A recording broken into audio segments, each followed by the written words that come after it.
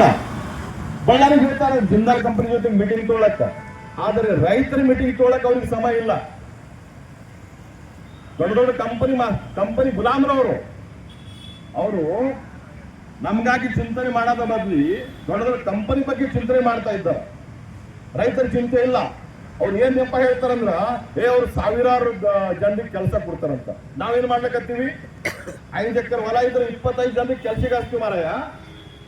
5 ಎಕರೆ ಹೊಲ ಇದ್ರ ಒಳ್ಳೆ ಬೆಳೆದ್ರ 25 ಜನರಿಗೆ ಕೆಲಸ ಹಚ್ತೀವಿ. ಯಾರ ಹೆಸರಲ್ಲಿ ಹೊಲ ಅದಲ್ಲ ಅವರೇ ಉಣಂಗಿಲ್ಲ. ಅವರು 25 ಕುಟುಂಬಗಳು ಬದಕ್ಸ್ತಾರ. ಅವರು ಅದು ಚಿಂತೆ ಮಾಡೋದು ಬದಲಿ ಏನು ನಿಮಿತ್ತ ಹೇಳಿ ದಾರಿ ತಪ್ಪಿಸ್ಲಕತ್ತಾರ.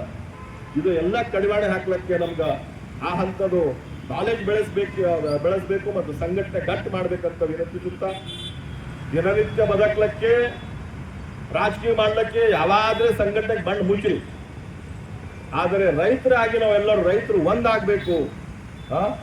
ನಂದು ಒಂದೇ ಸಂಘಟನೆ ಬೆಳೆಸ್ಲಿಕ್ಕೆ ಅಲ್ಲಿ ಬರಂಗಿಲ್ಲ. ಯಾರು ಮನ್ಸಿದ್ದಾರ ನಮ್ಮ ಜೊತೆಗೆ ಬರ್ರಿ, ಯಾರು ಮನ್ಸಿದ್ದಾರ ದಯಾನಂದ ಪಾಟೀಲ್ ಜೊತೆಗೆ ಹೋರಿ, ಮನ್ಸಿದ್ದಾರ ಮಂಶೆಟ್ಟಿ ಜೊತೆಗೆ ಹೋರಿ. ಅದು ಸಂಘಟಿತ ಆಗ್ರಿ. ಮೊದಲು ಸಂಘಟಿತ ಆಗ್ಲಾರ್ದೆ ಈಗ ನಾವು 3-4 ಜನ ನಮ್ಮ ಮನ್ಯಾಗ ಕೂತ್ರ ಯಾರ್ದ್ರೆ ಮನೆ ಕೆಡಸ್ಲಕ್ ಮಾತಾಡ್ತೀವಿ, ಹೌದಲ್ರಿ? ಮನೆ ಕೆಡ್ಸಕ್ ಮಾತಾಡ್ತೀವಿ. ಅದೇ 10-20 ಜನ ಚೌಕನಾಗ ಕೂತ್ರ ಎಲ್ಲರದು ಒಳ್ಳೇದು ಆಗ್ಲಿಕ್ಕೆ ಮಾತಾಡ್ಬೇಕಾಗ್ತದ. ನನ್ನ ಮನುಷ್ಯನಾಗ ಎಷ್ಟು ಪಟ್ಟಿತನ ಹಾಕಿರಲ್ಲ. ಅಲ್ಲಿ ಬಂದ್ಮೇಲೆ ಒಳ್ಳೆ ನಾಲ್ಗಿನ ಓಡಿಸ್ಬೇಕಾಗ್ತದ, ಕೆಟ್ಟ ನಾಲ್ಗಿನ ನಡೆಯಲ್ಲ. ಅಲ್ಲಿ ನಾವು 4 ಜನ ಕೂತ್ರೆ ಕಿವಿ ಮಾತಿನಲ್ಲಿ ನಾವು ಹೇಳ್ಬೋದು, ಅವನು ಮನೆ ಹಿಂಗ್ ಮಾಡಮ್ಮ, ಅವನು ಹೊಲ ಹಿಂಗ್ ಮಾಡಮ್ಮ ಅಂತ ಮಾತಾಡ್ಬೋದು.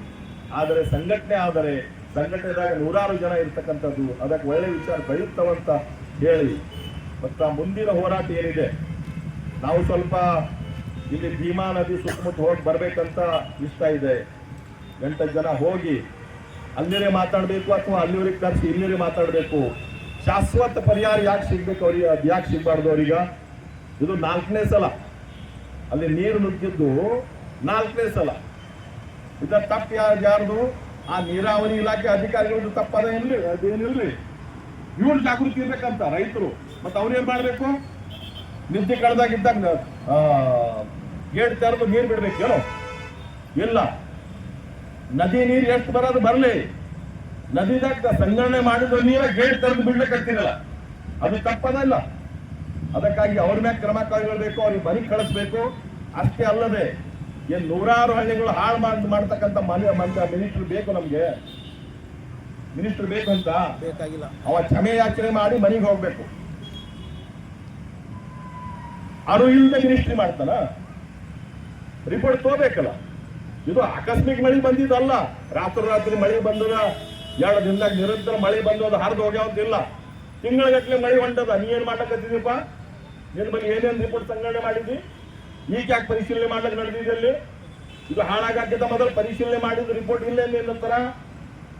ಇದು ಕೇಳಬೇಕಾಗ್ಯದ. ಅದಕ್ಕಾಗಿ ಇದು ಧರಣಿ ಹೋರಾಟ ನಿರಂತರ ನಡೆಸ್ಬೇಕಂತದ. ಹೌದವರು ಎಕರೆಗೆ ನಾವು 25,000 ಬೆಳಕತ್ತೀವಿ, 50,000 ರೂಪಾಯಿ ಪರಿಹಾರ ಕೊಡ್ತಾರ. ಮತ್ ನಮ್ ತಲೆಗೆ ನಶಾನೇ ಇರ್ತದ, ಹಂಗೆ ಓಡಾಡ್ತೀವಿ ನಾವು. ಅದು ಆಗ್ಲಾರ್ದೆ ಒಳ್ಳೆ ಚರ್ಚೆ ಆಗಿ ಬಂದ್ ಮಾಡಿದರೆ ನಾವು ಏನು ನಮ್ಮ ಸಾಮರ್ಥ್ಯ ಹೆಚ್ಚಾಗ್ಯದ, ಬಂದ್ ಮಾಡಿದ ಸಾಮರ್ಥ್ಯ ಹೋಗ್ಯದಂತ ಇಲ್ಲ, ಹೋಗ್ತದಂತ ಇಲ್ಲ. ಆದರೆ ಬಂದ್ ಮಾಡಿದ ಮೇಲೆ ನಿಮ್ಗೆ ಅರಿವು ಬರ್ತದೆ ಅಂತ ಅದಕ್ಕೋಸ್ಕರ ನಾವು ಬಂದ್ ಮಾಡ್ಲಕತ್ತೀವಿ. ಈ ಒಳಗೆ 13 ಒಳಗೆ ಸರ್ಕಾರಿ ಇಲಾಖೆದವರು, DC ಆಗ್ಲಿ, ವಿಶೇಷವಾಗಿ ನಮ್ಮ ಪ್ರಿಯಾಂಕಾ ಖರ್ಗೆ ಅವರು ಸಭೆ ಕರೀರಲ್ಲ.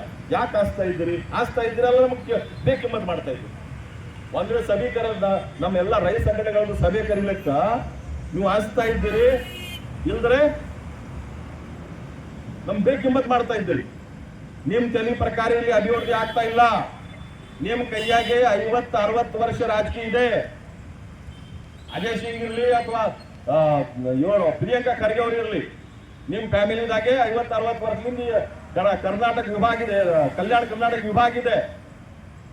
ಇಲ್ಲಿವರೆಗೆ ಯಾಕೆ ನೀರು ಸೇರ್ತಾ ಇದೆ ಅದ್ರ ಚಿಂತೆ ಬೇಕಲ್ಲ. ನಿಮ್ಮ ಹತ್ರ ಏನ್ ಬ್ಲೂ ಪ್ರಿಂಟ್ ಇದೆ ಇದು ಕೇಳೋರಿದ್ದೀವಿ ನಾವು. ನಿಮ್ಮ ಹತ್ರ ಅಯೋಗ್ಯತೆ ಇದ್ದರೆ ಜನರಿಗೆ ಮೋಸ ಮಾಡಿ ಯಾಕೆ ನೀವು ರಾಜಕೀಯ ಮಾಡ್ತಾ ಇದ್ದೀರಿ? ಹೋಗ್ಬಿಡ್ರಿ ಹೊರ ದೇಶಕ್ಕ. ಅದ ಕಾರಣಕ್ಕಾಗಿ ಎಲ್ಲ ವಿಷಯಗಳನ್ನು ಕೇಳಕ್ಕೆ ನಾವು ಮೀಟಿಂಗ್ ಇದೆ ಅಂತ ಕೇಳ್ತಾ ಇದ್ದೀವಿ.